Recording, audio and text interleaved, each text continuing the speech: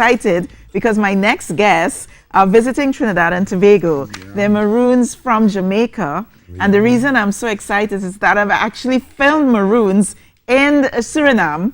And I'm eager to find out the similarities, the differences, because it was a fascinating experience going into the interior in Suriname and filming the Maroons there. So good morning to Chief Colonel Marcia Douglas. Aquaba.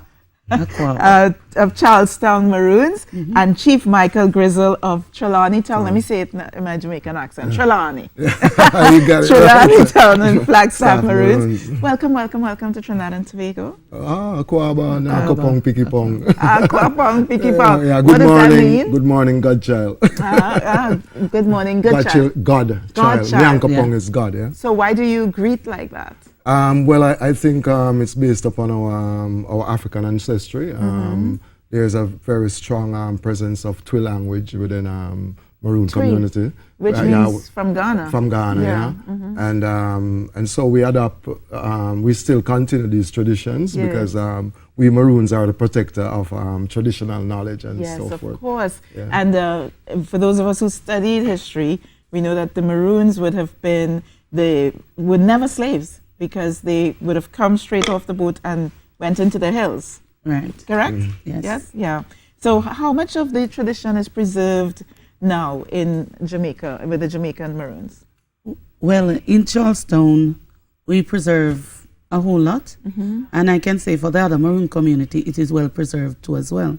So we do have a museum and an Asafo yard. So the Asafo yard was their meeting ground, where they would have sit and plan and greet and have their own sessions. Yes. The museum is packed with artifacts and the history of the Maroons. Yes. And every year, each Maroon community have their own celebration and conference. About how many Maroon communities are there? There are now five Maroon communities across Jamaica. As Chief Douglas was saying, that but one thing that you have said that we wanted still to make correct, that why we weren't actually slaves, we have to go back and revisit the history again. Okay. Because we think that that we came out of Mali in Timbuktu, we came across the Sahara Desert, ruled Spain for 800 years until 1492, when Columbus leaving Spain, when the Andalusian era was ended. But then we said we came even on these boats with Columbus. Columbus underwent a mutiny. Right. And so we thought more or less that even his feet did not touch on the island of Jamaica. Right. So we practice what we call marinage, permanent and temporary marinage, that the Africans from Spain used to go to the mountains, make count calls with the natives there, especially the Tainos. Yes.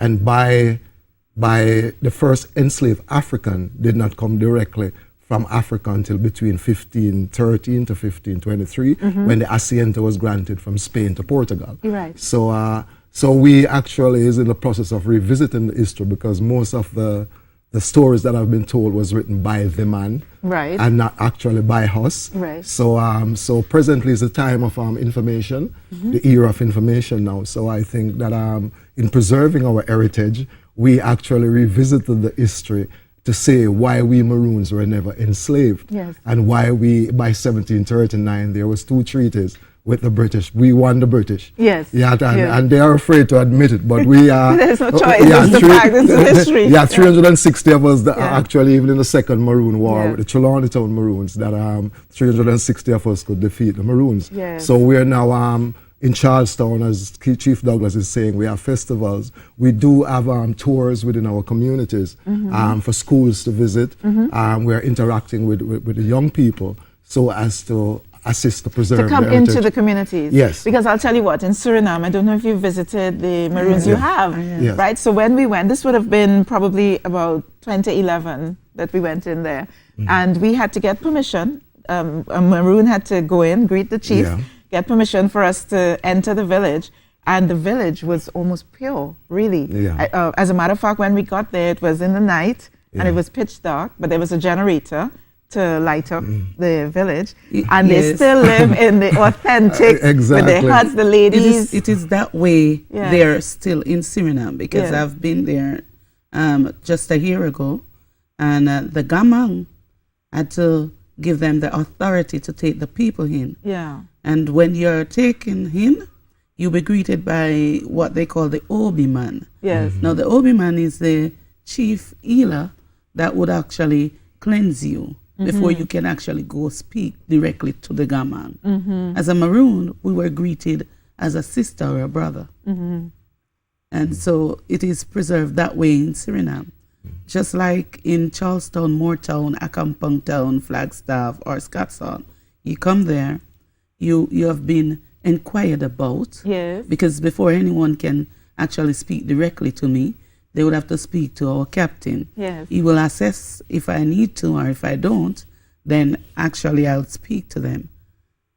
We preserve our thing, our culture, our history by using the Sankofa bird as a model. So the Sankofa bird has always been taken from the tail feather to maintain the body, to preserve the eggs. The eggs are the future. The body of the Sankofa birds are us. Right. So taking from the past, preparing it, keeping it, teaching the knowledge for the future generation. That's what we do. Yes, yes. One of the things I also experienced, and I'm suspicious that you guys might be doing the same thing because of the ABS conference that's happening this week, is the medicine market. So the Maroons would come down on a Wednesday, I believe it was, to a special market in Paramaribo and have all the natural medicines. Is that what some of the Maroons in Jamaica do as well? I think it's maybe a little more different of the way how we do medicinal healing and so forth. That we would not just disseminate the information, and now that we are more educated on access and benefit sharing, which the knowledge was being given away without any benefits coming back to the communities. Yes. So now we're still in the process of not just giving the knowledge freely. Yes. But because do you sell the medicines to the general population in Jamaica? There are products that comes out of each community. I mean, we at the Town Flagstaff Maroons and Accompong, we are in the cockpit country where there's over 3,000 endemic plants, and it's a vast variety of what we do in healing. I mean, I know Chief Master Douglas would not just tell you what she do with the herbs at the time of the moon to do whatever she's doing, but she would still administer the medicine. And we're making the products, and still, yes, we can sell the medicine, but now, as we say, we are more preserving it, that we actually garner the access and benefit sharing back to our community. Which I know is the topic this week at the Hilton, at the ABS. With the IUCN, the International Union for Conservation of Nature. They are the ones putting on this conference, and we're very grateful, and we're happy for the people of Trinidad. And I'm very honored. I'm very honored to have you on the program this morning. You said, you have to get access to speak to you, and I have both of you here. I've been giving access to Trinidad and Tobago. I see you have a flyer. Before we just have 30 seconds to wrap up. You have a flyer. You want to share something with our population? So in each here we have celebration. So our celebration is in June, from the 21st to the 23rd this year. Yes. And so the 23rd is the day that Ancestor Kwau had signed the peace treaty on behalf of the Windward Maroons. Right. So therefore we do have this Kwau Victory Day in Charlestown, where you can come to. You can experience more of a Maroon lifestyle. Yes. You can see the festivity. The procession of the colonels, so they would have to take the colonels from the entrance into the Asafo Yard. Okay, so we're going to invite Trinidad and Tobago and those of you listening around the world on Facebook to head to Jamaica, Charlestown, Buff Bay, Portland, the 11th Annual International Charlestown Maroon Conference and Festival, June 21st to the 23rd. So you have a bit of time, so you can do some planning there. I want to thank my guest this morning, my special guest, Chief Colonel Marcia Douglas, Charlestown Maroon Medasi. I've been to Ghana, so I'm recognizing all these three terms. Chief Michael Grizzle, Trelawney Town, Flagstaff Maroons. Medasi for coming this morning. Medasi to you too. Sweet. Oh, wonderful, wonderful. I'm loving this. I can chat until 8 o'clock with you guys, but unfortunately I can't, because we have a packed program in store for you. We're going to be taking in some messages and coming right back after this.